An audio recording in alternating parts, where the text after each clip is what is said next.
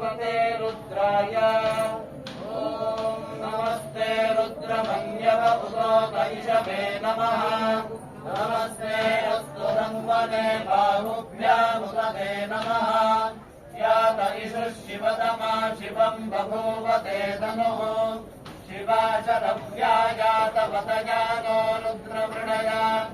याते रुद्रशिवा तनूरघोरापापनाशिनी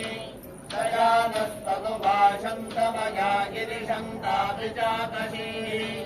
यामिषम् गिरिशन्तहस्ते विभर्षस्तवे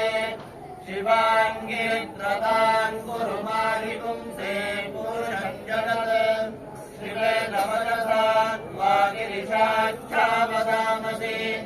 यथा नः सर्वमित्यगदयक्ष्मकुम् सुमना असत् अद्यवो यदधिभक्ताम् प्रथमो दैव्योऽभिषत् हरिकृत्य सर्वान् जम्भजन् सर्वार्चयातु धान्यः असौ यस्ताम्रो अरुण उदभभ्रुः सुमङ्गलः ते चेपाकुम् रुद्राभितो दिक्षश्रिताः सहस्रशो वैशाकुम्भेन जीमहे असौर्यो सर्पगिरीरग्रीवो विलोहितः उदैनम् गोपादृशम् नुदहार्यः